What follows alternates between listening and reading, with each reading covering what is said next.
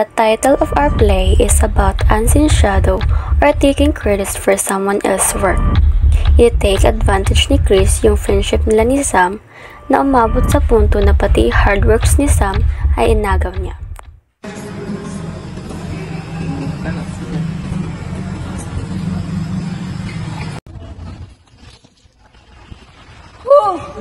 Uwian na. Ang daming papeles ngayon, no? Sakit sa ulo. Kaya nga tambak na naman tayo ng gawain. Tapos ang rinig ko pa, may nag-request at nagpapadesign. Tapos alam niyo ba, naku, kilala at bigating kliyente pa. Naku, panigurado. Mataas naman yung standard niyan. Dahil ayun nga, mayaman at bigatin pa.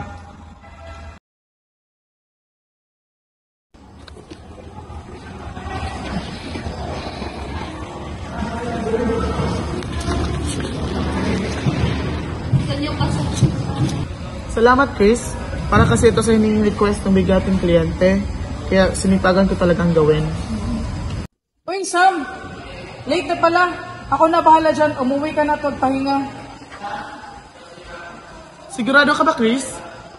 Oo naman, no? Magkaibigan naman tayo. Kaya ako na bahala dyan. Magpahinga ka na. Sige. Salamat, Chris, ha?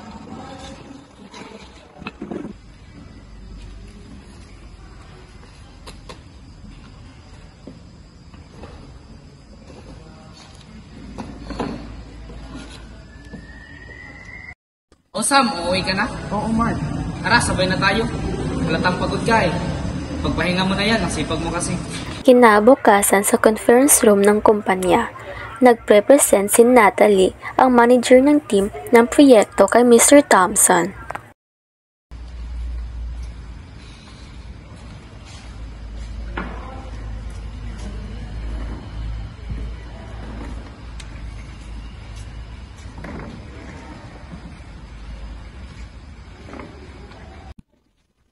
So good morning everyone. Good morning Mr. Thompson. So this is the final meeting for the chosen final design para sa hinihiling request ng kliyente. So as base as check for those design, I chose the work of Mr. Chris. So for expanding the work, I want to call Mr. Chris.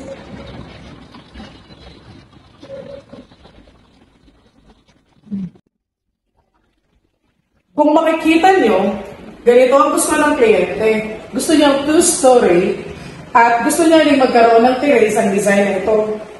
Base ito sa kanyang request na modern at aesthetic lang. Wow, napaka-presentable naman yan at ang ganda. Kaya nga, ang galing. Congratulations everyone. The meeting is adjourned. Goodbye.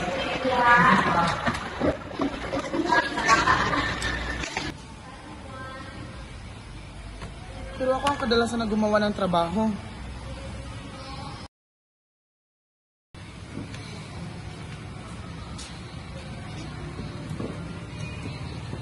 Chris, bakit hindi mo sinabi sa kanila na ako ang kadalasan na gumawa ng trabaho? Hindi naman siguro mahalaga Sam kung sinong gumawa. Ang importante, may na-present tayo, team naman tayo, di ba? Nababahala si Sam pero hindi nagsasalita. Pwede ba kitang makausap? Yes, Sam. Tungkol sana ito sa proyekto. Sa totoo niyan, ako ang kadalasan na gumawa ng trabaho. Pero nakakalungkot lang na inagaw ni Chris ang proyekto na ito. Talaga, Sam? Alam mo, seryoso ako sa yan. Chris, pwede ba kitang makausap? Yes, Natalie. Chris, sinabi sa akin ni Sam na siya ang gumawa ng karamihan ng proyekto. Totoo ba? Well, nagambag ako.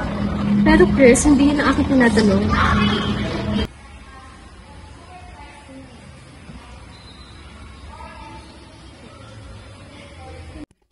Hindi ito katanggap-tanggap, Chris. Ang paggamit at pagkuha ng kredito sa trabaho ng iba ay hindi lamang hindi etikal. Labag din ito sa palatuntunan ng kumpanya.